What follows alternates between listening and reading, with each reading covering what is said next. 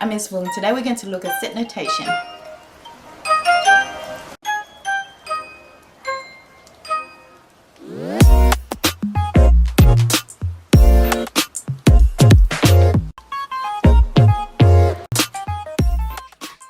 Set notation. A set is a collection of objects. Elements are the objects in that set. Here we have a few symbols. X is an element of A. This symbol means X belongs to A, and if we put a line on top of it, we mean X is not an element or not a member of A. This symbol here means subset, so B is a subset of A, or in other words, B is a little set inside the bigger set A. Here we have the element X is an element of A and it's an element of B, which means A intersects B. And we can represent X is an element of A intersect B, or we can also write A intersect B like so. This is the null set or the empty set. There's nothing inside it. If we say A intersect B is the null set, we mean there is no intersect.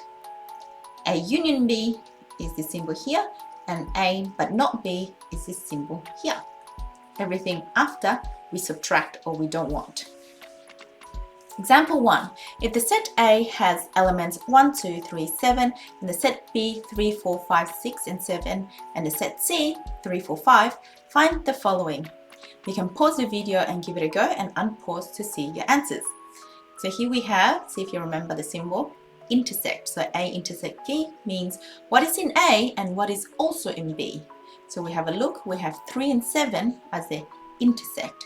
They occur in both A and B.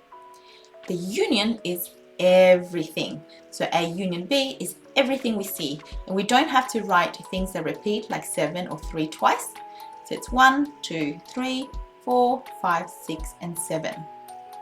A but not B means everything that is inside A but not B. So A is 1, 2, 3, 7, but we can see that 3 and 7 are in B, so we have to get rid of those two. So we're left with 1 and 2. And the reverse, B but not A, we want 3, 4, 5, 6, 7, but nothing that belongs to A. So we have 3 and 7 that belong to A, so we want 4, 5, and 6. Which of the following are true and which are false? This is saying B is a subset of A. Is B a smaller group inside A? No. So it's false. This statement is saying C is a subset of B. Is C 3, 4, 5 inside B? 3, 4, 5, 6, 7? Yes, it is. So that's true. And is 3 an element of A? Yes, it is. Sets of numbers. Initially, when we started using maths or numbers, we started counting things like 1, 2, 3, 4, 5. These are called a set of natural numbers and it's represented by the symbol n. So when you write this, write n with an extra line in the middle like so. And then when we counted things, we wanted to borrow things and then we owe people things, so we had to come up with negative numbers. So -1, -2, etc. The set of all these numbers are called integers and the symbol is this Z over here. And then we started cutting things up, so we came up with fractions. So any numbers that can be written as a fraction, like with P and Q, where P and Q are integers, so whole numbers that can be positive and negative, where Q is not 0 because we can't have the denominator at 0, otherwise it wouldn't work, then these kind of numbers are said to be rational numbers. Integers are a type of rational numbers. For example, 2 is a rational number because you can write 2 over 1. And then we came up with numbers that that couldn't be put into fractions, such as square root of 2, square root of 3, square root of 7, pi because it's 3.12, and it goes on and on and on and on. So anything that's a decimal that doesn't have a repeating pattern can be written as Q dash, or it is an irrational number and it cannot be written as a fraction. All these numbers here are said to be real, and we call these real numbers. So here we have a diagram to help us understand where numbers belong. So everything that we are studying up to now is considered real numbers, and we can further split it into two groups of irrational, like square root of 2, square root of 3, not square root of 9 because that's just 3, square root of 10 and pi. So these are irrational numbers. Then we have the rational numbers like 8, 10, a quarter, and inside those rational numbers we have z, which are the integers, positive and negative, and inside those positive and negative, their little group that are just positive, we call them natural numbers. Do note that natural numbers do not have 0. A few more symbols. This is the set. See these little wiggly brackets? We represent sets like that, and this would read the set of all real numbers between 0 and 1. So 0.1 is in there, 0.5 is in there, negative numbers are not in there. Here we have the set of x, where x is greater or equal to 7. So notice how I've read it. So the set of, I'm looking at the squiggly bracket, that's the set of, and then x, where, so the double dot, I read it as where x is greater or equal to 7. So here we have all those numbers, and do remember that that means 7 is also included.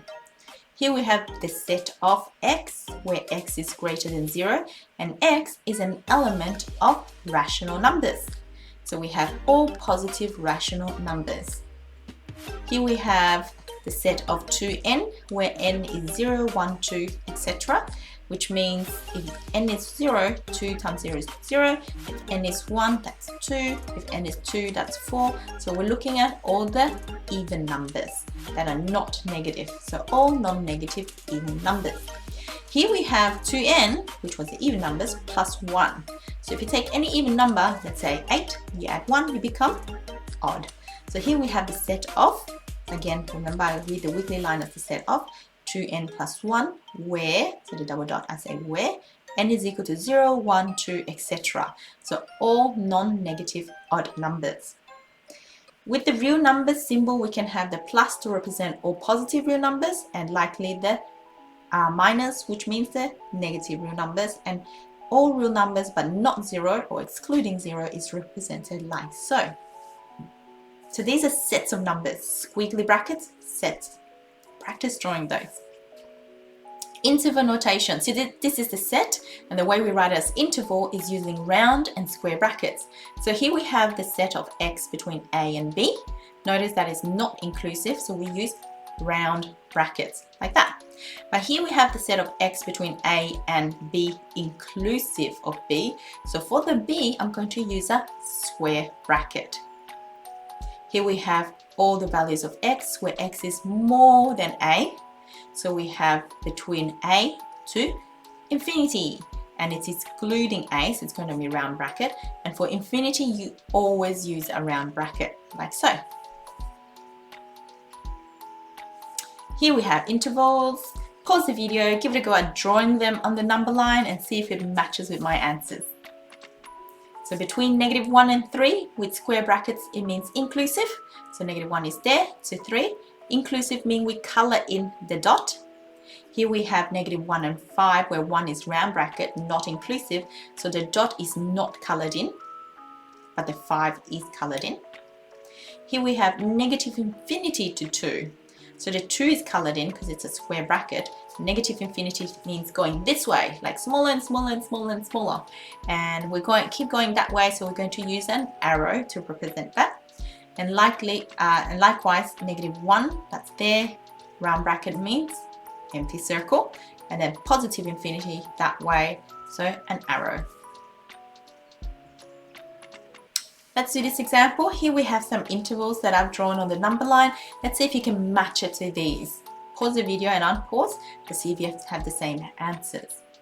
Sometimes we will ask you to actually sketch those, so make sure you're able to do that as well. So let's have a look at this first one, -1 to infinity. I'm going to read up to there first. It means -1 to infinity, round bracket, means empty circle. And then I'm going to keep reading, but not number 2. So we minus number 2. So white dot there. So that one is that one over there. Next one, -5 to 0, 0 inclusive. So full dot there, but -5 is a white dot. Now union means we're adding. Union means we want more. So 2 to 4, and square brackets mean it's colored in. So that one is over there. Now the next one, -5 to 1. Again, full dot because it's square. Round bracket means it's an open dot. union 3 to infinity. Remember the arrow, and are we having a full dot or an empty dot for the 3? It's a square bracket, so it's a full or colored in dot and an arrow. Now the last one is very tricky and also one that we're very likely to ask you, so practice this one. So let's start with this first section. 3, a square bracket means full dot, and arrow that way because it's negative infinity. Now we don't want 0 to 1 inclusive. So I'm going to write down what we're actually getting rid of first. So 0 to 1 is here. So we are subtracting that. So if I subtract the 1, then do I still have 1? No. So it's going to be an empty circle over here. And I'm subtracting the 0 as well. So it's also going to be an empty circle. Now this part is tricky because when you're subtracting or getting rid of something that has a square bracket, it means you don't have it anymore and you have an empty circle. And it's confusing because we usually relate square brackets with full circles. So when you're subtracting though, it's the opposite. So empty circles.